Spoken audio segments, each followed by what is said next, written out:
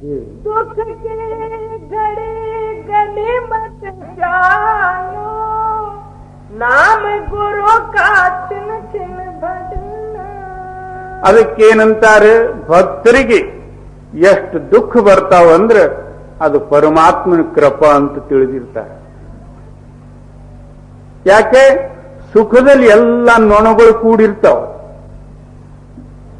ಆ ಅಯ್ಯಪ್ಪ, ಮಾವ, ಸಸಿ, ಅತ್ಯ, ಅತ್ತಿ, ಹಳೆಯ, ಚಿಗಪ್ಪ, ಮಗಪ್ಪ, ಯಾವ್ಯಾವ ಹಳೆಯನ್ ತಮ್ಮ, ಸಸಿ, ಅಕ್ಕ ಯಾವ್ಯಾವ ಬಂದಿರ್ತಾವ. ನೊಣಗಳು ಇಲ್ಲದಲ್ಲ. ಅವ್ರಿಗೆ ಈತನ ಮರ್ಯಾದೆ ಕೊಡೋದ್ರಲ್ಲಿ, ಅವರಂತೆ ತಾನಿರುವುದರಲ್ಲಿ ಇವನ ಆಯುಷ್ಯ ಹೋಗಿರ್ತದ. ಅದಕ್ಕೆ ದುಃಖದ ಸಮಯ ಬಂತು, ಯಾರು ಬರೋದಿಲ್ಲ. ಹಣ ಇದ್ದ ಕಾಲದಲ್ಲಿ ಯಾರಿಗಾದ್ರೂ ಕೇಳಿದ್ರೆ ಅವ್ರು ನಮ್ಮ ಚಿಗಪ್ಪನ ಮಗನೇ, ನಾವು ಅವರು ಅಣ್ತಂಬ್ರಿ, ಅವರು ನಾವೇನು ಬ್ಯಾರೆ ಅಲ್ಲ. ಹಣ ಇರ್ದೇವ ಆದ್ರೆ ಖುದ್ದು ಅಣ್ಣ ತಮ್ಮದೇರಿದ್ರು. ಅವ್ರಿಗೆ ನನ್ಗೂ ಏನೂ ಸಂಬಂಧ ಇಲ್ಲ, ಅವ್ರ್ಯಾರು ನಾವ್ಯಾರು. ಆಗಿನ ಕಾಲದಲ್ಲಿ ಇವೆಲ್ಲ ನೊಣಗಳು ಹೋಗಿಬಿಡ್ತಾವ. ಇನ್ನೇನು ಉಳಿತದೆ? ನಿನ್ನ ಚಿಂತೆ ಒಂದೇ ಉಳಿತದ.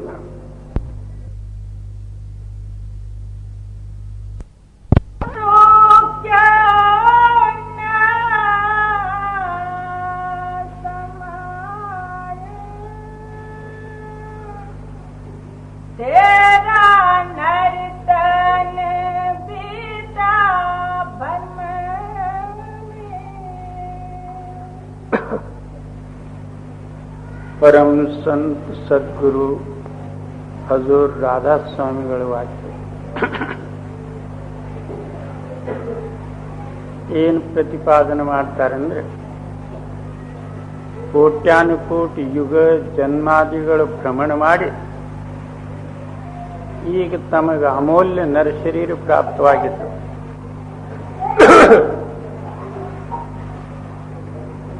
ಈ ಶರೀರಕ್ಕೆ ದೇವಿ ದೇವತಾದಿಗಳ ಅಪೇಕ್ಷೆ ಪಡಿತಾರೆ. ಅವರಿಗೂ ಸಹ ಸಿಗುವುದು ದುರ್ಲಭ. ದೇವಿ ದೇವತಾದಿಗಳ ಶರೀರದಲ್ಲಿ ನಮ್ಗಿಂತಲೂ ಸುಖ ವೈಭವ ಶ್ರೇಷ್ಠ ಇರಬಹುದು, ಆಯುಷ್ಯವು ಹೆಚ್ಚಿಗಿರಬಹುದು. ಪರಂತು ಮೋಕ್ಷದ ಅಧಿಕಾರತ್ವ ಕೇವಲ ನರಶರೀರಿಗೆ ಉಂಟು. ಮೋಕ್ಷ ಬೇಕಾದ್ರೆ ದೇವಿ ದೇವತಾದಿಗಳಿಗೂ ಸಹ ಇದೇ ನರಶರೀರವೇ ಧಾರಣ ಮಾಡಬೇಕಾಗಿತ್ತು. ಅದಕ್ಕೆ ನಿಮಗೆ ಒಳ್ಳೆಯ ಭಾಗ್ಯದಿಂದ ನರಶರೀರ ಪ್ರಾಪ್ತಾಗಿ ಈಗ ತಾವೇನದಂದ್ರೆ ತಮ್ಮ ಜೀವನದ ವಿಚಾರ ಮಾಡುವುದು. ಇಂಥ ಅಮೂಲ್ಯವಾದಂತಹ ನರಶರೀರ ಪ್ರಾಪ್ತಾಗಿ ಬಾಲ್ಯ ಅವಸ್ಥಾದ ಹಿಡಿದು ಇಂದಿನವರಿಗೆ ನಾನು ಇದರದಿಂದ ಏನು ಲಾಭ ಎತ್ತದೆ ಇದು ವಿಚಾರನೂ ಮಾಡಬೇಕು. ಹೆಂಡ್ರು, ಮಕ್ಕಳು, ಧನ, ಸಂಪತ್ತಿ, ರಾವ್ ಸಾಹೇಬ್, ರಾವ್ ಬಹದ್ದರ್, ಜಡ್ಜ್, ಮಹಾಜಡ್ಜ್ ಇಂಥವೆಲ್ಲ ಆಗೋದೇನದಂದ್ರೆ ಸುಲಭದ, ಅದು ಜಗತ್ತದ ಕಾರ್ಯಗಳು. ನಿನ್ನ ಕಾರ್ಯ ನೀನು ಏನು ಮಾಡಿದೀಯ ಅದರದ್ದು ವಿಚಾರ ಮಾಡಿ. ಮುಪ್ಪಾನು ಮುದುಕರಿ ಕೇಳ್ರಿ, ಏನು ಮಾಡ್ಬೇಕ್ರಿ, ಬಹಳ ಕಷ್ಟ. ಓಹೋ, ಜನ್ಮದವ್ರಿಗಿನೂ ನೀನು ಕಷ್ಟ ಭೋಗಿಸಿ ಇನ್ನಾದ್ರೂ ಆ ಕಷ್ಟಕ್ಕೆ ನೀನು ದೂರ ಕರೆಸೋದಕ್ಕೆ ಉಪಾಯನೇ ಮಾಡಿಲ್ಲ. ಹೌದು, ಕಷ್ಟಮಯ ಶರೀರದ. ತನ್ನ ಧರ ಸುಖಿಯಾ ಕೋಯಿನ ದೇಖಾ, ಜೋ ದೇಖಾ ಸೋ ದುಖಿಯಾ ಹೋ. ಶರೀರಧಾರಿ ಆದಂತಹ ಪ್ರಾಣಿ ಯಾರೂ ಏನದಂದ್ರೂ ಸುಖಮಯವಾಗಿಲ್ಲ, ಎಲ್ಲರೂ ದುಃಖದಲ್ಲೇ ಮುಳುಗಿದ್ದು. ಯಾವಾಗ ಶರೀರಧಾರಿ ಆಯಿತು ಆತನ ಸಂಗಾಟ ಅದು ಶರೀರವೇ ದುಃಖ ರೂಪ. ಈಗ ಪ್ರತಿಯೊಬ್ಬರಿಗೆ ಕೇಳ್ರಿ, ಏನ್ ಮಾಡ್ಬೇಕ್ರಿ, ಬಹಳ ಕಷ್ಟ. ಯಾರೂ ಹೇಳೋದಿಲ್ಲ ನಾನು ಸುಖಿ ಇದ್ದೀನಿ, ಪರಮಾನಂದದಲ್ಲಿದ್ದೀನಿ ಅಂತ ಒಬ್ಬನೂ ಹೇಳೋದು. ರಾಜ ರಣಚಿಂತೇನ್, ಶಾಸ್ತ್ರ ಚಿಂತೇನ್, ಪಂಡಿತ ಯೌವನಂ, ಕಾಮ ಚಿಂತೇನ್, ಸರ್ವ ಚಿಂತೇನ್ ದರಿದ್ರ. ರಾಜ್ಯನ ಹಿಡಿದು ದರಿದ್ರ ಕಂಗಾಲ್ ಸರ್ವ ಪ್ರಾಣಿ ಮಾತ್ರಗಳಿಗೆಲ್ಲ ತಾನು ವಿಚಾರ ಮಾಡಿ ನೋಡಿದ್ರೆ ಎಲ್ಲರೂ ದುಃಖಿ. ಇನ್ನು ನರಶರೀರೇ ದುಃಖಿ ಅಲ್ಲ, ಮತ್ತು ಪಶು ಪಕ್ಷಾದಿಗಳು ಪರಾಧೀನ, ಗಿಡ ಗಂಪ್ಯಾದಿಗಳು ಎಷ್ಟೇನದಂದ್ರೆ 84 ಲಕ್ಷ ಜೀವರಾಶಿಗಳದಾವು, ಇವೆಲ್ಲ ದುಃಖದಲ್ಲೇ ಮುಳುಗಿತ್ತು. ಮತ್ತು ದೇವಿ ದೇವತಾದಿಗಳ ಸುಖಿ ಅಂತೀರೇ, ಅವರು ದುಃಖ ರೂಪವೇ. ತಾವು ಅವ್ರದ್ದು ಪುರಾಣ ಹಿಸ್ಟ್ರಿ ನೋಡಿದ್ರೆ ನಮ್ಮಂಗೆ ಅವ್ರದ್ದು ಜಗಳ ನಮ್ಗಿಂತಲೂ ಹೆಚ್ಚಿಗೆ. ಅಂದ್ರೆ ಇನ್ಯಾರು ಸುಖ ರೂಪದರೆ ಯಾರೂ ಇಲ್ಲ. ಅದಕ್ಕೆ ಗುರು ನಾನಕರು ಏನಂತಾರೆ, ನಾನಕ್ ದುಃಖಿಯಾ ಸಬ್ ಸಂಸಾರ ಸೋ ಸುಖಿಯಾ ನಾಮ ಆಧಾರ. ಏನು ಸಂಪೂರ್ಣ ಸಂಸಾರ ಎಲ್ಲ ದುಃಖ ರೂಪ, ಕೇವಲ ನಾಮದ ಆಧಾರದಲ್ಲಿ ಯಾರದಾರು ಅವರೇ ಮಾತ್ರ ಸುಖಿ, ಬಾಕಿ ಎಲ್ಲ ದುಃಖಿಗಳು. ಒಂದು ಜಾಗದಲ್ಲಿ ಕಬೀರ್ ಸಾಹೇಬರು ಹೀಗೆ ಹೋಗುವ ಕಾಲದಲ್ಲಿ ಒಬ್ಬಕ್ಕೆ ಹೆಣ್ಮಗಳು ಪುಟ್ಟಿಯಲ್ಲಿ ಏನದಂದ್ರೆ ಜ್ವಾಳ ಆಗಲಿ ಗೋಧಿ ಆಗಲಿ ತಗೊಂಡು ಬೀಸ್ಕೋತ ಕೂತಿದ್ರು. ಯಾಕದು ಗಲಾಟಿ? ಇವ್ರು ಗಲಾಟೆ ಮಾಡೋರು ಹೊರಗೆ ತೆಗಿ. ಕೂತಿದ್ರು. ಅವು ಧಾನ್ಯ ಹಿಡಿದು ಆ ಬೀಸ ಕಲ್ಲಲ್ಲಿ ಹಾಕ್ತಿದ್ದಳು. ಎಲ್ಲ ಹಿಟ್ಟಾಗಿ ಕೆಳಗೆ ಬೀಳ್ತಿದ್ರು. ಅವಾಗ ಕಬೀರ್ ಸಾಹೇಬರು ವಿಚಾರ ಮಾಡಿ ಮನಸ್ಸಿನಲ್ಲಿ ಉದಾಸರಾಗಿ ಏನಂತಾರೆ, ಚಲ್ತಿ ಚಕ್ಕಿ ದೇಖಕ್ಕೆ ದಿಯಾ ಕಬೀರಾ ರೋಯ್. ಇದು ನಡೀತಕ್ಕಂಥ ಬೀಸಕಲ್ಲು ತಿರುಗತಕ್ಕಂಥದ್ದು ನೋಡಿ ನನಗೆ ಅಳು ಬಂತು. ಅಂದ್ರೆ ಯಾಕೆ? ಕರ್ಮ ಮತ್ತು ಅಕರ್ಮ ರೂಪವಾದಂತಹದ್ದು ಬೀಸಕಲ್ಲ. ಅದರೊಳಗೆ ಮಾಯಾ ಏನದಂದ್ರೆ ಎಲ್ಲಾ ಜೀವಿಗಳಿಗೆ ತುಂಬಿ ತುಂಬಿ ಹಾಕ್ತಾಳೆ. ಎಲ್ಲ ಹಿಟ್ಟಾಗಿ ಏನದಂದ್ರೆ ಹೊರಗೆ ಬರ್ತಾಳೆ.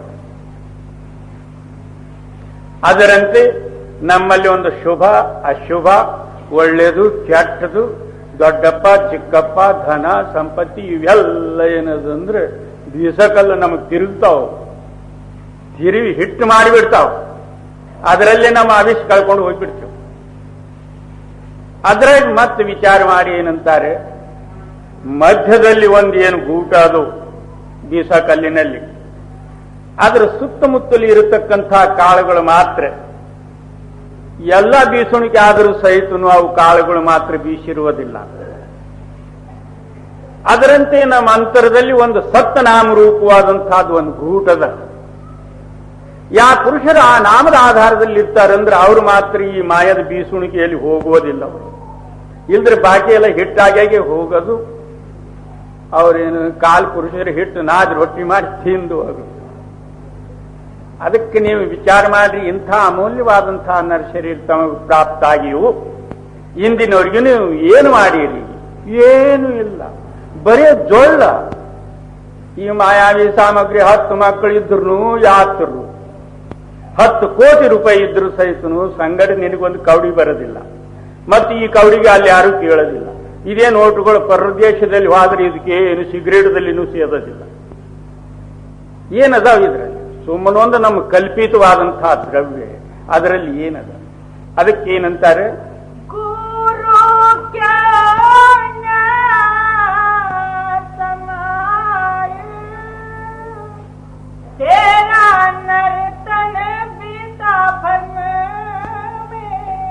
ಇನ್ನೂ ಆದ್ರೂ ನೀನು ಗುರುವಿಗೆ ಯಾಕೆ ಶರಣ ಹೋಗಿಲ್ಲ? ನಿನ್ನ ನರ್ಸರೀರ್ ಇದೇ ತರದಿಂದ ಏನದ ಭ್ರಮದಲ್ಲಿ ನಷ್ಟ ಆಗಿ ಹೋಯ್ತು. ಇನ್ನೂ ಅದನ್ನು ವಿಚಾರ ಮಾಡು. ಇಲ್ಲಿ ಒಂದು ಶಂಕಾ ಉಪಸ್ಥಿತ ಆಗ್ತದೆ, ಏನ್ರಿ ನಾನು ಬಾಲ್ಯಾವಸ್ಥದಲ್ಲೇ ಗುರು ಧಾರಣ ಮಾಡೀನಿ, ನಮ್ಮ ಗುರುಗಳು ಅದಾರ, ಗುರುಗಳು ಎಲ್ಲದಾರೋ ಈತನು ಎಲ್ಲದನು ಗೊತ್ತೇ ಇಲ್ಲ. ವರ್ಷಕ್ಕೊಮ್ಮೆ ಬರ್ತಾರ, ಬಂದು ಏಟ್ ಹಾಕಿ ಹೋಗ್ತಾರ. ಇದ್ರ ಹೆಸರು ಗುರು ಶಿಷ್ಯ ಅಂತ ಇವ್ರು ತಿಳಿದಾರೆ. ಗುರು ಅಂದ್ರೆ ಏನು ಅಂದ್ರೆ ನಮ್ಮ ಹೃದಯ ಪ್ರಕಾಶ ಮಾಡಿ ಪ್ರಪಂಚ ರೂಪವಾದಂತಹ ಭ್ರಮ ಮತ್ತು ಕತ್ತಲಿ ದೂರೀಕರಿಸತಕ್ಕಂತಹ ಶಕ್ತಿ ಹೆಸರು ಗುರು. ಅವ್ರು ಯಾವ ಸ್ವಾಮಿಗಳೇ ಇರುವಲ್ಯಾಕ, ಯಾವ ಜಾತಿಯವರು ಯಾವ ದೇಶದವರು ಇರುವಲ್ಯಾಕ, ಅದರದ್ದು ಏನು ಸಂಬಂಧ ಇಲ್ಲ. ಗುರು ಶಕ್ತಿ ಹೆಸರು ಇಂಥದ್ದು. ಅಂಥ ಗುರುವಿಗೆ ನೀನು ಶರಣ ಹೋಗಿ ಈ ಭ್ರಮದಲ್ಲಿ ಹೋದಂತಹ ಆವಿಷ್ಯ ಏನದಂದ್ರೆ ಹೋಗಲಿ, ಮುಂದಿನ ಆವಿಷ್ಯರೇ ಆದ್ರೆ ನೀನು ಸುಧಾರಣೆ ಮಾಡ್ಕೋ. ಇಲ್ದಿದ್ರೆ ಮತ್ತೆ ಇಂಥ ಮನುಷ್ಯರೇ ನಿನಗೆ ಪುನಃ ಸಿಗುವುದಿಲ್ಲ. ಒಮ್ಮೆ ಕೈಯನ್ನು ಕಲ್ಲು ಬಿಸಾಚಿದ ನಂತರ ಇಲ್ಲೇ ಬೀಳಂದ್ರೆ ಬೀಳೋದಿಲ್ಲ. ತಂದು ಎಷ್ಟು ಯೋಗದ ಅಷ್ಟು ದೂರ ಹೋಗಿ ಬೀಳ್ತದೆ. ಜೈ तारा सोते परिवार सगियन संग क्या खोवे ಸ್ತ್ರೀ ಪುತ್ರ ಅನೇಕ ಆಪ್ತ ಬಂಧು ಬಾಂಧವಗಳು ಇವೇನದಂದ್ರೆ ಮೋಸಗಾರರು. ಯಾವುದರೇ ಒಂದು ಸ್ವಾರ್ಥ ಹೇತುಕ್ಕಾಗಿ ನಿನ್ನ ಸಂಗಡ ಪ್ರೇಮಿಟ್ಟು ಆ ಪ್ರೇಮ ಮತ್ತು ಮೋಹದಲ್ಲಿ ನಿನ್ನ ಆವಿಷ್ಯಕ್ಕೆ ಮೋಸ ಮಾಡಿ ತಮ್ಮ ಸ್ವಾರ್ಥ ಹೇತು ಸಾಧನೆ ಮಾಡಿಕೊಳ್ಳುವುದಕ್ಕಾಗಿ ನಿನ್ನ ಸಂಗಡ ಸಂಬಂಧ ಇಟ್ಟಿದ್ದು. ಬಾಕಿ ನೋಡಿದ್ರೆ ಅಲ್ಲಿ ಏನೂ ಇಲ್ಲ, ಬರೇ ಇದೆ. ಯಾಕೆ ಇದರಲ್ಲಿ ಇಂಥ ಮೋಸಗಾರರಲ್ಲಿ ನಿನ್ನ ಆವಿಷ್ಯ ನಷ್ಟ ಮಾಡ್ಕೊಂಡು ಹೋಗ್ತಿ? ನೀನು ಚೆನ್ನಾಗಿ ವಿಚಾರ ಮಾಡಿ ನೋಡು, ಅವರಿಗೆ ನಿನಗೆ ಏನು ಸಂಬಂಧದ. ಒಂದ್ ದಿವಸ ನೀನು ಅವ್ರಿಗೆ ತಂದು ಹಾಕದ್ ಬಿಡು, ಮರುದಿವಸ ನೀನ್ ಯಾರೋ ಅವ್ರ್ಯಾರೋ. ನಿನ್ನಿಂದ ಅವರಿಗೆ ಎಲ್ಲಿವರೆಗೂ ಲಾಭದು ಅಲ್ಲಿವರೆಗೂ ಮಾತ್ರ ಪ್ರಾಣ ಅರ್ಪಿತ ಮಾಡ್ತಾರೆ. ಮತ್ ಯಾವ ದಿವಸ ಏನು ಕಾಣಿಸಲಿಲ್ಲ, ನೀನ್ಯಾರೋ ಅವರು. ಒಬ್ಬ ಸಾಧುಗಳಲ್ಲಿ ಒಬ್ಬ ಶಿಷ್ಯನು ದಿನಾಲು ಸತ್ಸಂಗ ಅಥವಾ ಸಮಾಗಮಕ್ಕೋಸ್ಕರ ಹೋಗ್ತಿದ್ದ. ಹೋಗೋ ವೇಳೆಯಲ್ಲಿ ಸರಿಯಾಗಿ 8 ಗಂಟೆಗೆ ಮನೆಗೆ ಬರುತ್ತೆ ರಾತ್ರಿ. ಆ ದಿವಸ ಏನೋ ಒಂದು ಸದ್ವಿಚಾರ ನಡೆದಿತ್ತು. ಸ್ವಲ್ಪ ಟೈಮ್ ಆಯ್ತು. ಟೈಮ್ ಆದ ಕೂಡಲೇ ಆತನ ಏನಂತಾನೆ, ಏನ್ರಿ 8 ಗಂಟೆ ಆಯ್ತು, ನಾನು ಮನೆಗೆ ಹೋಗ್ತೀನಿ. ಸಾಧುಗಳಂತಾರೆ, ಯಾಕೆ? ಇಲ್ಲ, ನಾನು ಹೋಗಲಾರದೆ, ನನ್ನ ತಾಯಿ ತಂದೆ ಹೆಂಡತಿ ಇವ್ರು ಯಾರು ಊಟ ಮಾಡೋದಿಲ್ಲ, ನನಗೆ ಬಿಟ್ಟು ಅವ್ರೇನಾದ್ರು ಬಾಯಾಗ ನೀರು ಹಾಕೋದಿಲ್ಲ. ಅಂದ್ರೆ ಸಾಧುಗಳು ಏನಂತಾರೆ, ಇದೆಲ್ಲ ನಿನಗೇನದಂದ್ರೆ ತೋರಿಸುವುದಕ್ಕಾಗಿ ಅದು ಹೊರತಾಗಿ ಪ್ರತಿಯೊಬ್ಬರು ಏನದಂದ್ರೆ ಸ್ವಾರ್ಥಕ್ಕಾಗಿ ನೀನು ಸಂಗಡ ಪ್ರೇಮ ಮಾಡ್ತಾರೆ, ನಿಜವಾಗಿ ನಿನಗಾಗಿ ಇಲ್ಲ. ಇಲ್ರಿ ಸ್ವಾಮಿ, ಅದ್ಯಾಕಾದಿತ್ತು? ಇನ್ನೊಬ್ರ ತಾಯಿ ತಂದೆಗಳು ಹೇಗೋ ಇದ್ದಾರು, ನಮ್ಮ ತಾಯಿ ತಂದೆಗಳು ಮಾತ್ರ ಆಗಿಲ್ಲ, ಮತ್ತು ನನ್ನ ಹೆಂಡತಿನೂ ಆಗಿಲ್ಲ. ಹೆಂಡತಿ ಅಂದ್ರೆ ಪ್ರಾಣ.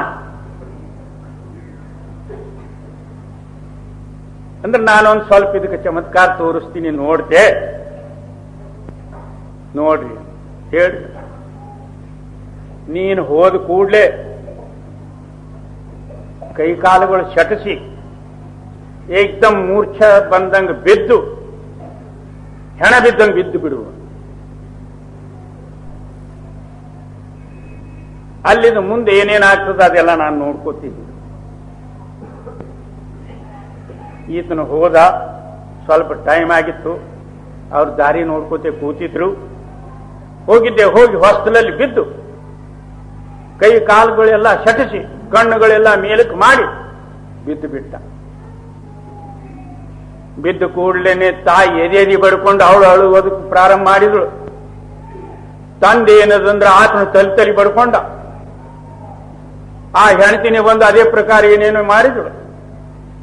ಎಲ್ಲೋರ್ದು ಗೋಳು ನಡೀತು.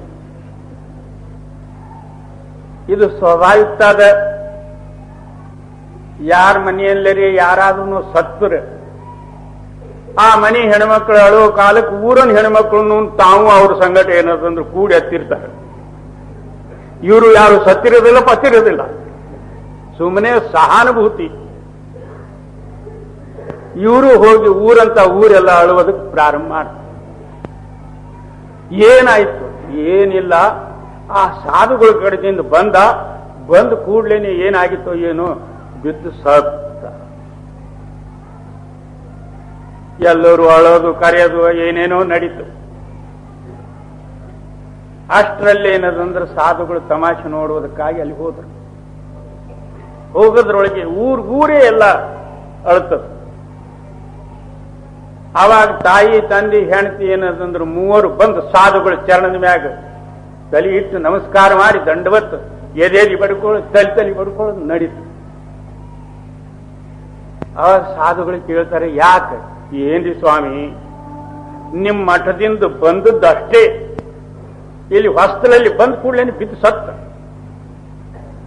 ನಿಮ್ಮ ಮಠದಲ್ಲಿ ಏನಾಗಿತ್ತೋ ಏನು? ಆವಾಗ ಸಾಧುಗಳಂದ್ರು, ಇನ್ನೇನದಂದ್ರೆ ಆಗಿದ್ದಾಗ್ಯದ ಅದಕ್ಕೇನು ಮಾಡೋದಪ್ಪ ಇಲ್ರಿ ಸ್ವಾಮಿ, ಏನಾದ್ರೂ ಮಾಡಿ ತಾವು ಇವರಿಗೆ ಏನದಂದ್ರೆ ಎಬ್ಬಿಸಬೇಕು. ನಮ್ದು ಒಬ್ಬನೇ ಮಗ, ಮತ್ ಇನ್ನೊಬ್ರು ಯಾರು ಇಲ್ಲ ನಮ್ಮ ವಂಶಕ್ಕೆ.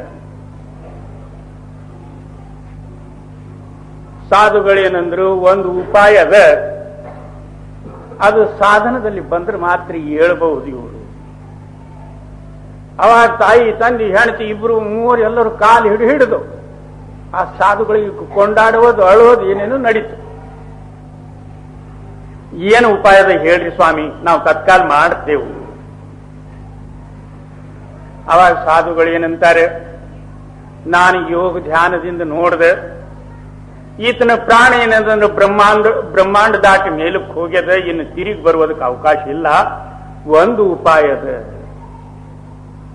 ಅದು ಏನು? ಈ 3 ಜನರ ಪೈಕಿ ಯಾರಾದ್ರೂ ಒಬ್ಬರು ಸಾಯೋದಕ್ಕೆ ತಯಾರಾದರೆ ಅವ್ರ ಪ್ರಾಣ ನಾನು ಇವರಲ್ಲಿ ಪ್ರೇರಣೆ ಮಾಡಿ ಈತನಿಗೆ ಎಬ್ಬಿಸ್ತೇನೆ. 3 ತಣ್ಣಗೆ ಆಗೋದ್ ಕತಿ. ಆವಾಗ ಮುದುಕಿ ಕರೆದ್ರು ತಾಯಿಗೆ, ಏನಮ್ಮ ನೀನೇನದಂದ್ರ ಮಗನ ಮ್ಯಾಗ ಬಹಳ ಪ್ರೇಮ, ನೀನಂತಿದ್ದಿ ಈತನ ಒಬ್ಬನೇ ಮಗ, ನಿಂದೆಲ್ಲ ಆಗ್ಯದು ಹೋಗ್ಯದ ಸಂಸಾರ ಎಲ್ಲ ನೀನು ಪೂರೈಸಿದಿ, ನೀನು ಸತ್ರ ಏನು ಪರ್ವ, ನಿನ್ನ ಪ್ರಾಣ ಕೊಡು, ಈತನಿಗೆ ಎಬ್ಬಿಸ್ತೀನಿ. ಅವಾಗ ಮುದುಕಿ ಏನಂತಾಳ, ಸ್ವಾಮಿ ನಾನು ಸತ್ರ ಮುದುಕು ಉಳಿಯೋದಿಲ್ಲ, ಅವನು ಸಾಯ್ತಾನ.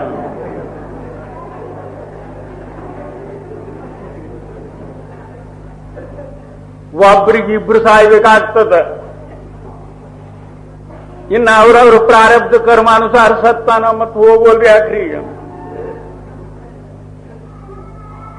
ಅಲ್ಲಿಂದ ಮುದುಕಕ್ಕೆ ಕರೆದ್ರು, ಏನಪ್ಪಾ ನಿಂದೆರೆ ಆಗ್ಯದ, ನಿನ್ನ ಮಗ ಯೌವನಸ್ದ, ನೀನ್ ಹಿಂದಿಲ್ಲ ನಾಳೆ ಹೋಗೋನು, ನೀನು ಕೊಡುತ್ತೇನು? ನಾನು ಸತ್ರ ಮುದುಕಿ ಉಳಿಯೋದಿಲ್ರಿ ಸ್ವಾಮಿ. ಅವಾಗ ಹೆಂಡತಿ ಕರೆದ್ರು,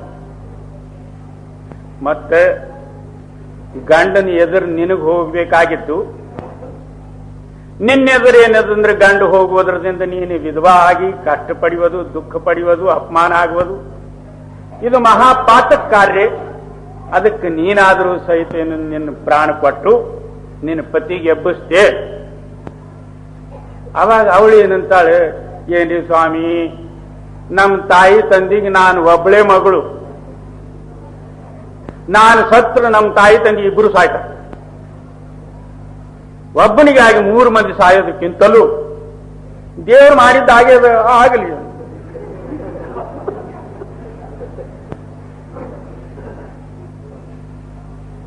ಆವಾಗ ಸಾಧುಗಳು ಏನಂತಾರೆ, ಮತ್ತೆ ನಾನೇ ಏನಾದ್ರೂ ಅದು ಮಂತ್ರ ನೀರು ಕುಡಿದು ನಾನು ಸತ್ತು ಇವರಿಗೆ ಎಬ್ಬಿಸ್ಲೆ. ಓಹೋ ಸ್ವಾಮಿಗಳು, ಸಾಧುಗಳು ಈ ಜಗತ್ತದಲ್ಲಿ ಅವತಾರ ತೊಟ್ಟು ಬರುವುದೇ ಆತಕ್ಕಂದ್ರೆ ಪರೋಪಕಾರಾರ್ಥ, ಸತ್ರ ಸಾಯೋಲ್ರಿ ಯಾಕ ನಿಮ್ಗೆ ಹಿಂದಿಲ್ಲ ಮುಂದಿಲ್ಲ, ಕೇಳೋರಿಲ್ಲ ಅಳವರಿಲ್ಲ, ಸಾಗಿ ನಿಮ್ಗೆ ಎಬ್ಬಿಸ್.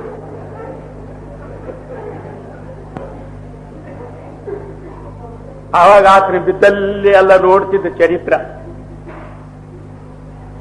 ಏನಂತ, ಸಂಸಾರದ ಪ್ರೇಮ ಇಷ್ಟು ಮಟ್ಟಿಗದ, ನೀನು ಚೆನ್ನಾಗಿ ವಿಚಾರ ಮಾಡಿ ಇನ್ನು ಮುಂದೆ ನಿನ್ನ ಜನ್ಮ ಸುಧಾರಣೆ ಮಾಡ್ಕೋ. ಇವನು ಸಂಗಡ ಬಂದಿದ್ದು ಅಲ್ಲ, ನೀನು ಹೋಗೋನು ಅಲ್ಲಿ. ಜೈ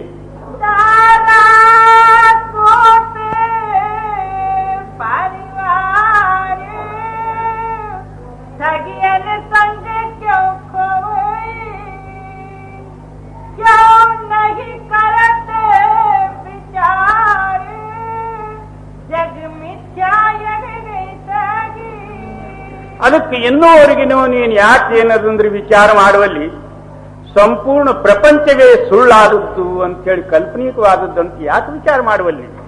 ಜಿ ಮನೆಗೆ ಬಡ ಗವಾರಿ ಮೋಗರ ಕಾಕರೆ ಪ್ಯಾರೆ छूटे कैसे जारे से ಮನಸ್ಸೇನದಂದ್ರೆ ಮಹಾ ಅಜ್ಞಾನ ಮತ್ತು ಜಡವಾದದ್ದು.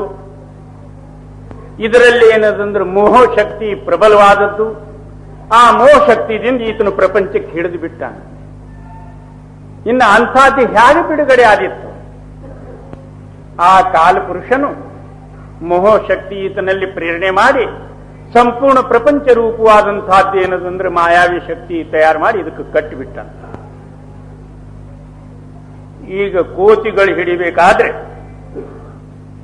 ಕೋತಿಗಳು ಹಿಡಿಯೋರು ಏನ್ ಮಾಡಿರ್ತಾರೆ ಅಂದ್ರೆ ಒಂದು ಚಿಕ್ಕ ಮುಖದ ಕೊಡ, ಅದರಲ್ಲಿ ಕಡ್ಲಿಕಾಯಿ ಆಗಲಿ ಯಾವುದೇ ಒಂದು ಖಾದ್ಯ ಪದಾರ್ಥ ತಿಂಡಿ ಪದಾರ್ಥ ಹಾಕಿರ್ತಾರೆ. ತಾವು ಒಂದು ಕೋಲ್ ತಗೊಂಡು ಪಕ್ಕದಲ್ಲಿ ಕೂತಿರ್ತಾರೆ ಗುಪ್ತವಾಗಿ. ಅತ್ಲಾಗಿತ್ಲಾಗಿನ ಕೋತಿಗಳು ಬರೋದು, ಅದರಲ್ಲಿ ಏನದು ಕೈ ಹಾಕೋದು. ಕೈ ಹಾಕಿ ಗಟ್ಟಿಯಾಗಿ ಒಳಗಿದ್ದಿದ್ದು ಸಾಮಗ್ರಿ ಹಿಡಿದು ಬಿಡೋದು, ತಿಂಡಿ ಪದಾರ್ಥ.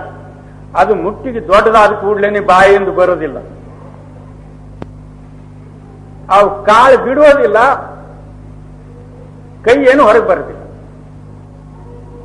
ಆ ಕೋತಿ ಹಿಡಿಯೋರು ಮ್ಯಾಗ ಬಂದು ದಬ ದಬ ಒಬ್ದು ಏನದಂದ್ರೆ ಅದಕ್ಕೆ ಕೈದು ಮಾಡಿಬಿಡ್ತಾರೆ.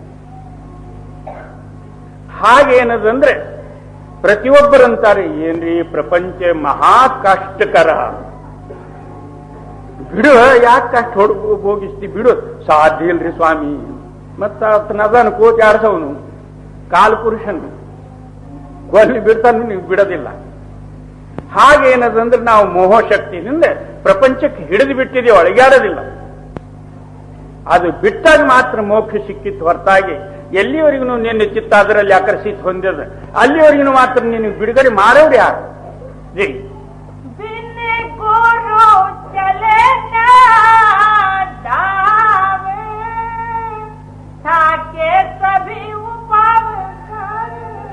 ಅದಕ್ಕಾಗಿ ನಾವು ಗುರುವಿಗೆ ಶರಣ ಹೋಗುವುದು. ನಮ್ಮಷ್ಟಕ್ಕೆ ನಾವೇ ಏನದಂದ್ರೆ ಬಿಡುಗಡೆ ಆಗುವುದಿಲ್ಲ. ನಮ್ಮ ಶಕ್ತಿಯಲ್ಲಿ ಅಂಥ ಬಲ ಇಲ್ಲ. ಅದಕ್ಕಾಗಿ ಗುರುವಿನ ಬಲ ತಗೊಳ್ಳೋದಕ್ಕಾಗಿ ನಾವು ಗುರುವಿಗೆ ಶರಣ ಹೋಗೋದು.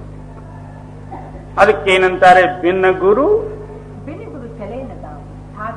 ಎಲ್ಲರೂ ಉಪಾಯ ಮಾಡಿ ಮಾಡಿ ಬೇಜಾರ್ಪಟ್ಟು ಸೋತು ಹೋದ್ರು, ಗುರು ಇರಲಾರ್ದೆ ಏನೂ ಆಗಲಿಲ್ಲ.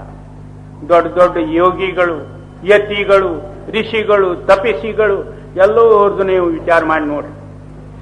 ವಿಶ್ವಾಮಿತ್ರನು 60,000 ವರ್ಷ ತಪಶ್ಚರ್ಯ ಮಾಡ್ದ. ಅದನ್ನು ವಾಯು ಆಹಾರ ಮಾಡಿ ಏನು ಮಾಡ್ದ? ಇನ್ನೊಬ್ಬರಿಗೆ ಶ್ರಾಪ್ ಕುಡ್ಕೋತ್ ತಿರುಗದ, ಹರಿಶ್ಚಂದ್ರ ಕಷ್ಟ ಕೊಟ್ಟ, ಇವೇ ಮಾಡ್ದ ಹೊರತಾಗಿ ಮತ್ತೆ ಇನ್ನೊಂದು ಏನು ಮಾಡಲಿ. ದೊಡ್ಡ ದೊಡ್ಡ ಋಷಿ ಮುನಿಯಾದಿಗಳದ್ದು ಹಿಸ್ಟ್ರಿ ತಗೊಂಡ್ರು ಇದೇ ಅದ. ಅದಕ್ಕೆ ಎಲ್ಲಿಯವರೆಗೂ ನೀನು ಗುರುವಿಗೆ ಶರಣ ಹೋಗುವುದಿಲ್ಲೋ, ಗುರುಕೃಪಾ ಪಾತ್ರನಾಗುವುದಿಲ್ಲ, ಅಲ್ಲಿಯವರೆಗೂ ನಿನ್ನ ಮೋಹಶಕ್ತಿ ದೂರ ಆಗುವುದಿಲ್ಲ, ಪ್ರಪಂಚದಿಂದ ನಿನಗೆ ಬಿಡುಗಡೆ ಆಗುವುದಿಲ್ಲ. ಜೈ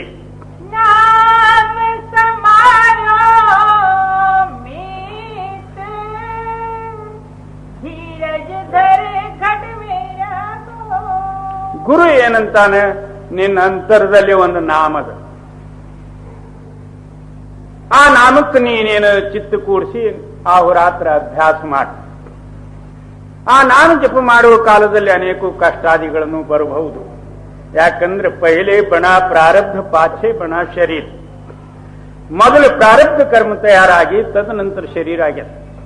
ಹಿಂದಕ್ಕಿನ ಕರ್ಮಾನುಸಾರ ಏನದ ಸುಖ ದುಃಖಾದಿಗಳು ಪ್ರತಿಯೊಂದು ಶರೀರಕ್ಕೆ ಭೋಗಿಸಬೇಕೇ ಆಗಿತ್ತು. ಅದಕ್ಕೇನು ಬದಲಾವಣೆ ಮಾಡ್ಲಿಕ್ಕೆ ಬರೋದಿಲ್ಲ.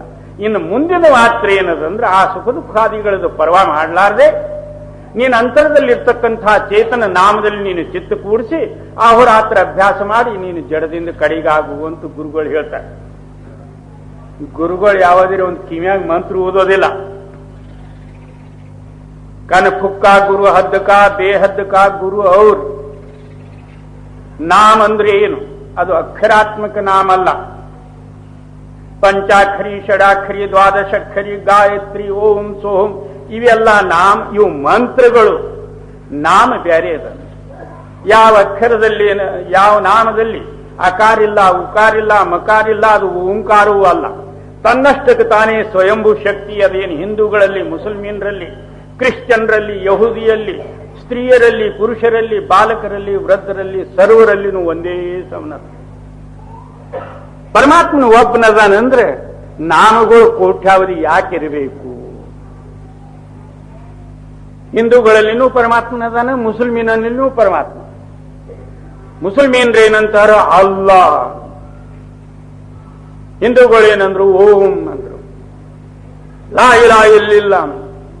ಇವರು ಏನದಂದ್ರೆ ಓಂ ನಮ ಶಿವಾಯ ಪಂಚಾಕ್ಷರಿ ಷಡಾಕ್ಷರಿ ಅಂದ್ಬಿಟ್ರು. ಯಾಕಪ್ಪ ಇವು ಫರಕ ಆಗೋದಕ್ಕೆ ಕಾರಣ ಏನು? ಅವರಲ್ಲಿ ಹೋಗಿ ಅಲ್ಲ ಆಗೋದು, ಇವರಲ್ಲಿ ಹೋಗಿ ಏನು ಶುಂಠಿ ಆಗೋದು ಕಾರಣ ಏನು?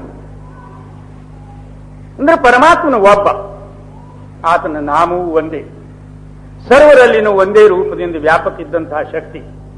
ಅದು ಪೂರಾ ಸದ್ಗುರುಗಳಲ್ಲಿ ಹೋದ್ರೆ ಅವರು ಬೇರೆ ಹೊರಗಿಂದ ನಾಮ ಕೊಡುವುದಿಲ್ಲ, ನಿಮ್ಮ ಅಂತರದಲ್ಲೇ ನಾಮದ, ಆ ನಾಮಕ್ಕೆ ನಿಮ್ಮ ಚಿತ್ತಕ್ಕೆ ಕನೆಕ್ಷನ್ ಕೊಟ್ಟುಬಿಡ್ತಾರೆ. ದಿನಾಲು ಅಭ್ಯಾಸ ಮಾಡಿ ಏನದಂದ್ರೆ ಈ ಜಡಭಾವದಿಂದ ದೂರವಾಗಿ ಚೇತನದಲ್ಲಿ ಕೂಡ್ಬಿಡು. ಆ ವೇಳೆಯಲ್ಲಿ ಈ ಪ್ರಪಂಚ ತನ್ನಷ್ಟಕ್ಕೆ ತಾನೇ ಬಿಟ್ಟು ಹೋಗ್ತದೆ. ಇದು ಪ್ರಾಣಾಯಾಮ, ಪ್ರತ್ಯಾಹಾರ, ಉಪಾಸನ ಏನೂ ಜರುರತ್ತಿಲ್ಲ. ಜೈ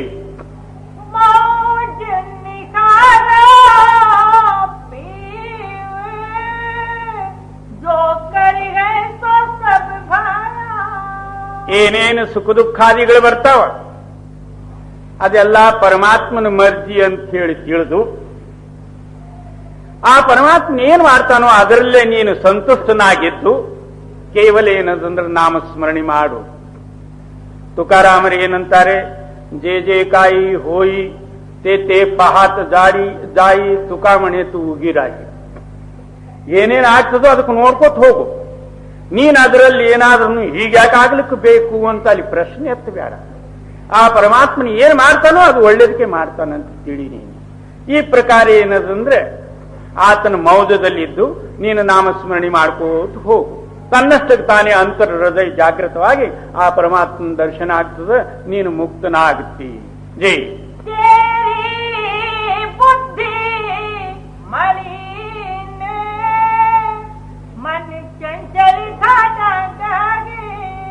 ಲಯನ ಮಾರ್ಗ ಮಾತ್ರ ಇದೇ ಇದ್ದದ್ದು. ಪರಂತು ನಮ್ಮ ಬುದ್ಧಿ ಏನದಂದ್ರೆ ಅನಾದಿ ಕಾಲದಿಂದ ಸಂಸಾರ ವಿಷಯಕ್ಕೆ ಭೋಗಾದಿಗಳು ಭೋಗಿಸಿ ಅನೇಕ ಜನ್ಮದ ಸಂಸ್ಕಾರ ಈ ಬುದ್ಧಿಯಲ್ಲಿ ಪ್ರೇರಣೆ ಇರುವುದರಿಂದ ಒಂದು ಕ್ಷಣ ಮಾತ್ರವೂ ಬುದ್ಧಿ ಸ್ಥಿರ ಆಗೋದಿಲ್ಲ. ಹಿಂದಿಂದು ಮುಂದಿಂದು ಯಾವುದೋ ಒಂದು ನೆನಕೋತ್ ಕೂತಿರ್ತದೆ. ಈಗ ಮುಪ್ಪಾನ ಮುದುಕರಾದ್ರೆ ಶರೀರ ಮುದುಕರಾಗಿರ್ತಾರೆ ಹೊರತಾಗಿ ಬುದ್ಧಿ ಮನಸ್ಸ ಮತ್ತಿಷ್ಟು ಹರಿದ್ದಾಗಿತ್ತು, ಯೌವನಾಗಿರ್ತದೆ. ಹಿಂದೆ ಮಾಡಿದ್ದು ಮುಂದೆ ಮಾಡಿದ್ದು ಮತ್ತೆಷ್ಟು ನೆನಕೋತ ಕೂಡದು. ಆ ಬುದ್ಧಿ ಏನದಂದ್ರೆ ಚಂಚಲ ವೃತ್ತಿಯಲ್ಲಿ ಇರುವುದರಿಂದ ಮತ್ತಿಷ್ಟು ಏನದಂದ್ರೆ ಘಾಟ ಅಂದ್ರೆ ನಷ್ಟವೇ ಸಹನ ಮಾಡ್ತದೆ ಹೊರತಾಗಿ ಮತ್ತೆ ಇನ್ನೊಂದು ಏನೂ ಮಾಡುವುದಿಲ್ಲ. ಆ ಬುದ್ಧಿಗೆ ಸ್ಥಿರೀಕರಿಸುವುದಕ್ಕಾಗಿ ಅದು ಹೇಗೆ ಸ್ಥಿರೀಕರಿಸಬೇಕು, ಅಂತರ್ಯ ಶಕ್ತಿಗೆ ಹೇಗೆ ಕನೆಕ್ಷನ್ ಕೊಡಬೇಕು, ಇದು ಗುರುವಿನಲ್ಲಿ ಹೋಗಿ ಪಡ್ಕೊಂಡು ನೀನು ದಿನಾಲು ಅಂತರ್ಮುಖವಾಗಿ ಅಭ್ಯಾಸ ಮಾಡು. ಆ ವೇಳೆಯಲ್ಲಿ ಇದು ಜಗತ್ತೇ ಬಿಡ್ತದೆ ಹೊರತಾಗಿ ಬರೇ ರಾಮರಾಮ ಅನ್ನೋದ್ರದಿಂದ ಬಿಡೋದಿಲ್ಲ.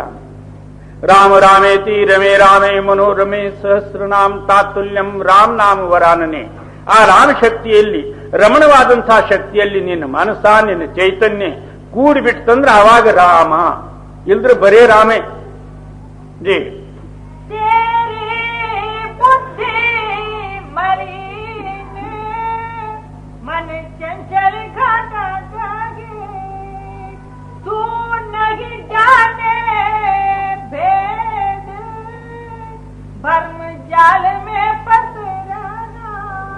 ನೀನು ಈ ಅಂತರುಣಿ ಆಗ್ತಕ್ಕಂಥದ್ದು ಜಗತ್ಯ ಸ್ಥಿತಿ ಯಥಾರ್ಥ ಇದು ನೀನು ತಿಳಿಯೋದಿಲ್ಲ.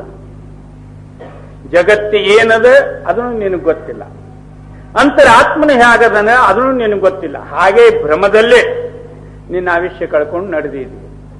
ಯಾರೇನದಂದ್ರೆ ಶಂಕರ ಶ್ರೇಷ್ಠ ಅಂದ, ಇನ್ನೊಬ್ಬನು ಹರಿಶ್ರೇಷ್ಠ ಅಂದ, ಮತ್ತೊಬ್ಬನು ಬಂದು ಬ್ರಹ್ಮ ಶ್ರೇಷ್ಠ ಅಂದ, ಇನ್ನೊಬ್ಬನು ಬಂದು ಮಾರಮ್ಯ ಶ್ರೇಷ್ಠ ಅಂದ, ಮತ್ತೊಮ್ಮ ಹುಲ್ಗಮ್ಮ ದುರ್ಗಮ್ಮ ಏನೇನೋ ಯಾವ್ಯಾವುದು. ಯಾವ ದೇವರು, ಎಲ್ಲಿ ದೇವರು, ಈತನಿಗೆ ಯಾವ ಸಂಬಂಧ ಏನು ಗೊತ್ತೇ. ಸುಮ್ಮನೆ ಯಾವ್ದಾರೆ ಒಂದು ಒಳ್ಳೇದು ನೋಡ್ದ ಅದು ನಮ್ಮ ದೇವರು. ಯಾವ ದೇವರು ಇವನಿಗೆ ರಕ್ಷೆ ಮಾಡೋದು. ಜೇ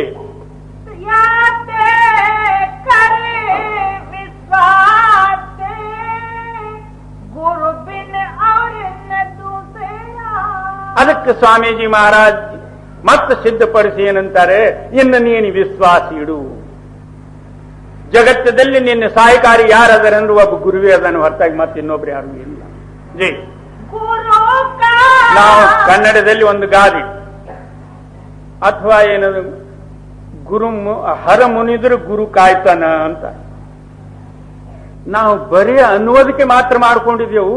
ಅವನು ಹ್ಯಾಗ್ ಕಾಯ್ತಾನ, ಹರ ಹ್ಯಾಗ್ ಮುನಿತಾನ ಅನ್ನೋದು ನಮ್ಗೆ ಗೊತ್ತಿಲ್ಲ. ಮತ್ತೆ ಹಿಂದಿಯಲ್ಲಿ ಸಹಿತ हर रूठे एक उपाय है गुरु के शरण में जाए, गुरु रूठे एक ही उपाय नहीं तीन लोक में जाए. ಏನು ಪರಮಾತ್ಮನ ಸಿಟ್ಟಾದ್ರೆ ಒಂದು ಉಪಾಯ ಅದ ಅಂದ್ರೆ ಏನು, ಗುರುವಿಗೆ ಶರಣ ಹೋಗು. ಗುರುವಿಗೆ ಶರಣವಾದ್ರೂ ಪರಮಾತ್ಮನ ಏನೂ ಮಾಡೋದಿಲ್ಲ. ಇನ್ನು ಗುರುವೇ ಸಿಟ್ಟಾದ್ರೆ ಮಾತ್ರ ಮೂರು ಲೋಕದೊಳಗೂ ಆದ್ರೂ ಸಹಿತ ನಿನಗೆ ಯಾರು ಕೇಳೋರಿಲ್ಲ. ಅದಕ್ಕೇನದಂದ್ರೆ ನೀನು ಗುರುವಿಗೆ ಶರಣ ಹೋಗಿ ಆತನ ಕೃಪಾ ಪಾತ್ರನಾಗಿ ಜಗತ್ ರೂಪವಾದಂತಹ ಬಂಧನದಿಂದ ನೀನು ಕಡಿಗಾಗು. ಕೆಲವರು ಏನಂತಾರೆ ನಾಳಿಗೆ ನೋಡನು. ಏನ್ ನೋಡೋದು ನಾಳಿಗೆ? ನೀನು ಇರ್ತೀಯೋ ಹೋಗ್ತೀಯೋ. ಜೀ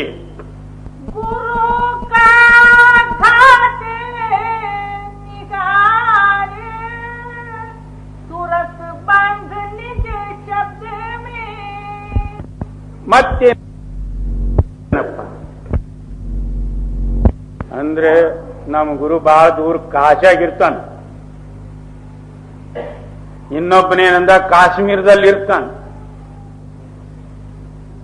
ಬದ್ರಿನಾಥದ ಹತ್ತಿರ ಏನಂದ್ರೆ ಕೇದಾರ ಸ್ವಾಮಿಗಳು ನಮ್ಮ ಗುರು, ಇನ್ನೊಬ್ಬನೇನಂದ ಶಂಕರಾಚಾರ್ಯಗಳು ನಮ್ಮ ಗುರು. ಇವು ದೊಡ್ಡ ದೊಡ್ಡ ನೋಡಿ ಇವನೇನ ಗುರುಗಳು ಮಾಡ್ಕೊಂಡ. ಇವು ಅಲ್ಲ, ಗುರು ಎಲ್ಲಿರ್ತಾನೆ ಅವ್ರಲ್ಲಿ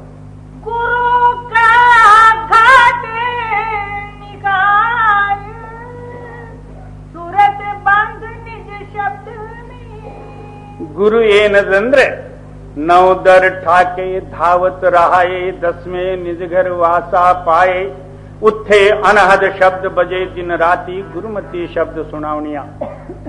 9 ಬಾಗಿಲು ಬಂದ್ ಮಾಡಿ 10ನೇದಲ್ಲಿ ಚಿತ್ತಕ್ಕೆ ಸ್ಥಿರಪಡಿಸಿ ಅಲ್ಲೇನದಂದ್ರೆ ನೀನು ಗುರುವಿನ ಧ್ಯಾನ ಮಾಡು. ಆ ಚಿತ್ತವೇ ಗುರು ರೂಪ ಆಗಬೇಕು. ಆ ವೇಳೆಯಲ್ಲಿ ಜಗತ್ತು ರೂಪದ ಏನು ಚಿತ್ತದಲ್ಲಿ ಅದೋ ತನ್ನಷ್ಟಕ್ಕೆ ತಾನೇ ದೂರ ಆಗ್ತದೆ. ಇಂಥ ಗುರುವಿನ ಸ್ಥಾನಕ್ಕೆ ನೀನು ಹೋಗು. ಹೊರಗಿನ ಏನದಂದ್ರೆ ಸ್ಥಾನ ಮತ್ತು ಹೊರಗಿನ ದರ್ಶನ ಏನದಂದ್ರೆ ತತ್ಕಾಲಕ್ಕೆ ಮಾತ್ರ ಲಾಭ ಆಯಿತು, ಹೊರತಾಗಿ ಯಾವತ್ತೂ ನಮ್ಮ ಸಂಗಡ ಬೇಕಲ್ಲ ಗುರು. ಅದಕ್ಕೆ 2 ನೇತ್ರದ ಮಧ್ಯದಲ್ಲಿ ಚಿತ್ತಕ್ಕೆ ಸ್ಥಿರಪಡಿಸಿ ಅಲ್ಲಿ ಗುರುವಿನ ಧ್ಯಾನ ಮಾಡಿ ಆ ಗುರು ರೂಪವೇ ನಿನ್ನ ಚಿತ್ತ ಆಗಬೇಕು. ಆಪ್ ಥೋಡು ಗುರು ಮಾಯ ಸಮಾಯ, ನಾನು ಅನ್ನೋದು ಬಿಟ್ಟು ಗುರುವಿನಲ್ಲಿ ಸಮವಾಗು. ಇದ್ರ ಹೆಸರು ಗುರು ಭಕ್ತಿ. ಅವಾಗ ನಿನ್ನ ಹೃದಯದಲ್ಲಿ ಇರ್ತಕ್ಕಂತಹ ಕತ್ತಲಿ ಭ್ರಮಾದಿಗಳೆಲ್ಲ ದೂರಾಗಿ ನೀನೇ ಗುರು ರೂಪ ಆಗಿ ಹೋಗ್ತಿ. ಅವಾಗ ನಿನ್ನ ಚಿತ್ತ ಏನದಂದ್ರೆ ಮೇಲಿರ್ತಕ್ಕಂತಹ ಸತ್ಯ ಶಬ್ದ ಅಥವಾ ನಾದದಲ್ಲಿ ಕೂಡ್ತದೆ. ನಾದ ಎಲ್ಲಿದ್ ಬಂದದು ಅಲ್ಲಿಗೆ ನಿನಗೆ ಸೀದಾ ಕರ್ಕೊಂಡು ಹೋಗ್ತದೆ. ಸೀದಾ ಮಾರ್ಗ. ಇದಕ್ಕೆ ಏನು ಪ್ರಾಣಾಯಾಮ ಬೇಡ, ಪ್ರತ್ಯಾಹಾರ ಬೇಡ, ಉಪವಾಸ ಬೇಡ, ವನವಾಸ ಬೇಡ, ಏಕಾದಶಿ ಬೇಡ, ದ್ವಾದಶಿ ಬೇಡ. ಜೀ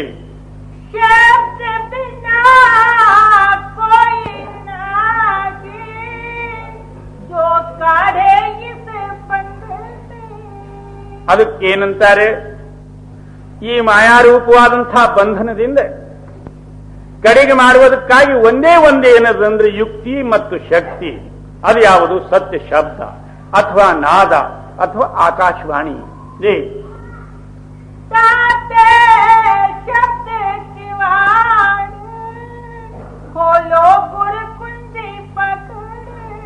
ಅದಕ್ಕೇನದಂದ್ರೆ ಆಕಾಶದ ದಾಟಿದ ನಂತರ ಶಬ್ದ ಶುರುವಾಗ್ತದೆ.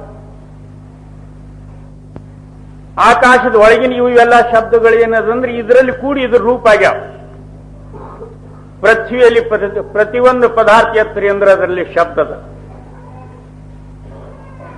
ಮತ್ತು ನೀರಿನಲ್ಲಿ ಖಳಖಳ ಅನ್ನತಕ್ಕಂತಹ ಶಬ್ದದ, ಬೆಂಕಿಯಲ್ಲಿ ದಗ್ದಗ್ ಶಬ್ದದ, ಗಾಳಿಯಲ್ಲಿ ಬರಬರಿ ಶಬ್ದದ, ಆಕಾಶದಲ್ಲಿ ಪ್ರತಿಧ್ವನಿ ಶಬ್ದದ, ಅದಕ್ಕಿಂತಲೂ ಏನದಂದ್ರೆ ಮೇಲ್ ಶಬ್ದದ. ಆ ಶಬ್ದ ಎಲ್ಲಿಯವರೆಗೂ ನಮ್ಮಂತರದಲ್ಲಿ ಶಬ್ದವೇ ಪರಮಾತ್ಮ, ಶಬ್ದವೇ ಬ್ರಹ್ಮ, ಶಬ್ದವೇ ವಿಷ್ಣು, ಶಬ್ದವೇ ಶಂಕರ, ಶಬ್ದವೇ ನಮ್ಮ ಆತ್ಮ, ಶಬ್ದವೇ ಸತ್ಯ. ಆ ಶಬ್ದದ ಭೇದ ಎಲ್ಲಿಯವರೆಗೂ ನಿನಗೆ ಗೊತ್ತಾಗುವುದಿಲ್ಲ, ಅಲ್ಲಿಯವರೆಗೂ ಈ ಬಂಧನದಿಂದ ಮತ್ತೆ ಕಡಿ ತೆಗಿತಕ್ಕಂತ ಶಕ್ತಿನೇ ಇಲ್ಲ. ಜಿ मगल मागी दस जाए गुरुमुख को रोके नाही.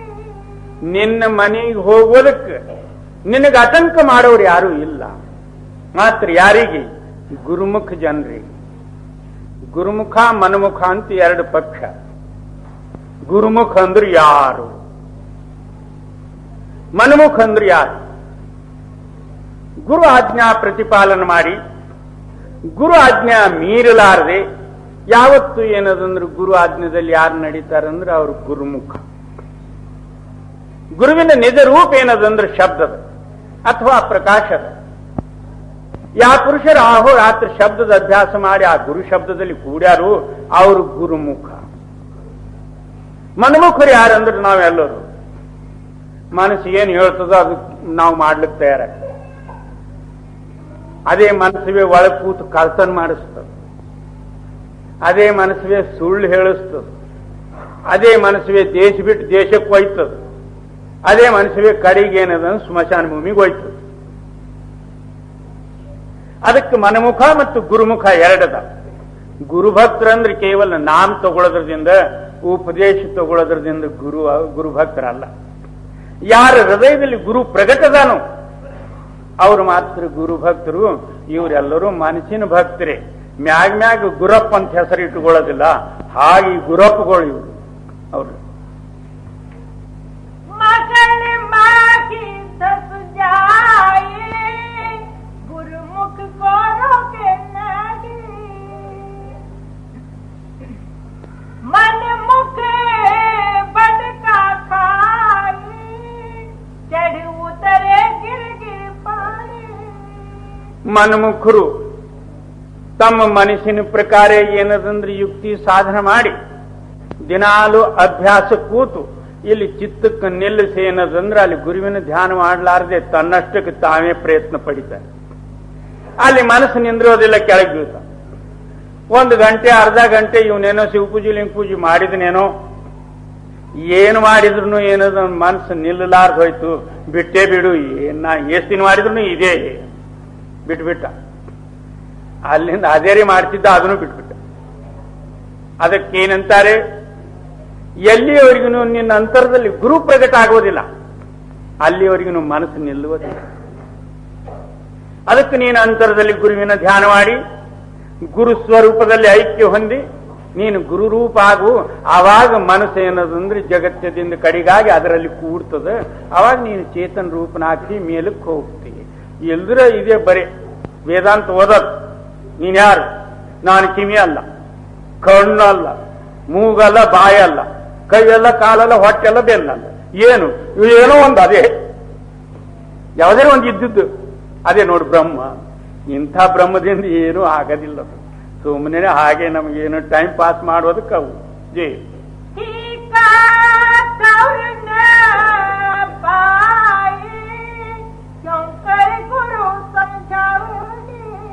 ಇಂಥ ಪುರುಷರಿಗೆ ಏನಾದ್ರು ಅಂದ್ರೆ ಅವ್ರ ಗುರು ಹೇಳಿದ್ದು ಕೇಳೋದಿಲ್ಲ, ತನ್ನ ಮನಸ್ಸಿಂದ ಬಿಡುವುದಿಲ್ಲ. ಅಂಥವ್ರಿಗೆ ಗುರುಗಳು ಏನ್ ತಿಳುವಳಿಕೆ ಕೊಟ್ಟು ಹೇಳೋದು. ಎಷ್ಟು ಹೇಳಿದ್ರು ಸಹಿತನು ತಂದೆ ತನ್ನ ಮನುಷ್ಯನಂತೆ ಮಾಡೋದಂದ್ರೆ ಅವ್ರಿಗೆ ಹೇಳಿದ್ರೆ ಏನು. ಕಡೆಗೆ ಏನಂತಾರೆ ಒಂದು ಜಾಗದಲ್ಲಿ, ಸಮझाया समझे नहीं गए न मन की ठोर बहते को बहे जाने दो दे धक्के दो और. ತಿಳುವಳಿಕೆ ಕೊಟ್ಟು ಹೇಳಿದ್ರು ಸಹಿತ ತಿಳಿತಿದ್ದಿಲ್ಲ ಅಂದ್ರೆ ಮತ್ತು ತಮ್ಮ ಮನಸ್ಸಿನ ಸ್ವಾಭಾವಿಕ ಗುಣ ಬಿಡ್ತಿದ್ದಿಲ್ಲ ಅಂದ್ರೆ ಹಿಂದೆ ಹೋಗಿ ನೀನು ಒಂದೆರಡು ಏನೋ ಜೊಗ್ಗಿ ಒದ್ದು ಬಿಡು. ಮೊದಲೇ ಹರ್ಕೊಂಡು ನಡೆದವ ಮತ್ತೆ ಜಲ್ದಿ ಹೋಗೋಲ್ವಿ. ಯಾಕ ಹೇಳಿದ್ರು ಕೇಳೋದಿಲ್ಲ ಮತ್ತೆ ಅಲ್ಲಿ ಏನ್ ಮಾಡಿ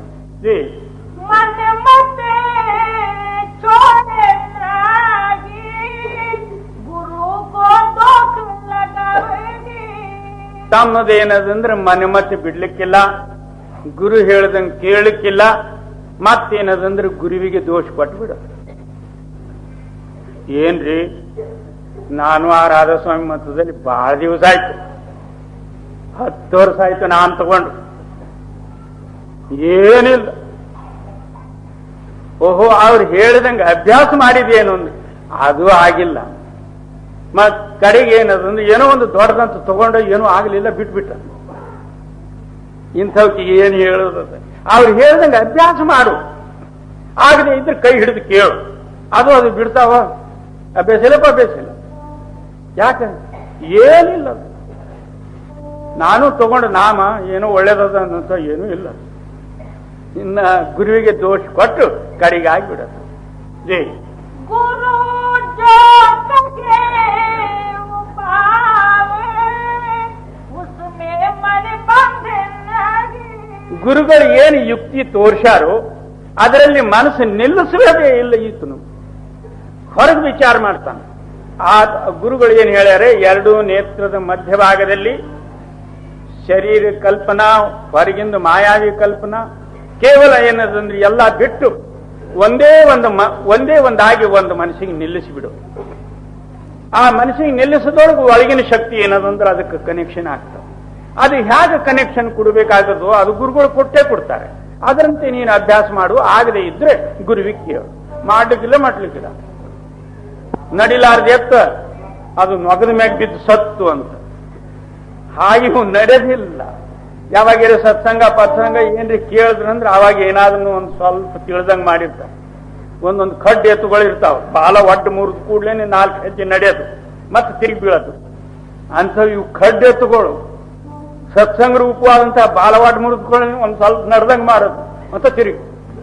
ಜಿ ಶಂಕರಿ ಹೋಯ ನಿಭಾಗೆ ಯಮಧಕ್ಕೆ ಖಾವತ್ ಪೀ. ಇಂಥ ಪುರುಷರದು ಉದ್ಧಾರ ಹೇಗೆ? ಮತ್ತೆ ಇವ್ರೇನದು ಯಮದೂತರ ಧಕ್ಕೆ ಅಂದ್ರೆ ವರಿಗಳು ತಿನ್ಕೋತ ಹೋಗೋದು. ಜಿ ರಾಧಾ ಸ್ವಾಮಿ ಕರತ ಸುನಾಯಿ ಮನ ಬೈರಿ ಕೋಮಿತ ತಾರೆ. ಅದಕ್ಕೇನು ಸ್ವಾಮೀಜಿ ಮಹಾರಾಜರು ಏನು ಸಿದ್ಧಾಂತ ಕೊಡ್ತಾರೆ ಅಂದ್ರೆ, ನಿನ್ನ ಶತ್ರು ಕೇವಲ ಮನಸ್ಸ. ಆ ಮನಸ್ಸಿಗೆ ಏನದಂದ್ರೆ ನೀನ್ ಹೇಳ್ದಂಗೆ ಕೇಳಿದೆ. ನೀನು ಮಿತ್ರನ್ ಮಾಡ್ಕೋ, ಅದಕ್ಕೆ ಸ್ನೇಹಿತನ ಮಾಡ್ಕೋ. ಮನ ಜೀತೆ ಜಗಜೀತೆ. ಮನಸ್ಸಿಗೆ ಗೆದ್ರೆ ಜಗತ್ತಕ್ಕೆ ಗೆದ್ದ. ಮನಸ್ಸೊಂದು ಗೆದ್ದಿಲ್ಲ ಅಂದ್ರೆ ಎಲ್ಲ ಕಡೆ ಸೋತ. ಜೀ ರಾಧಾ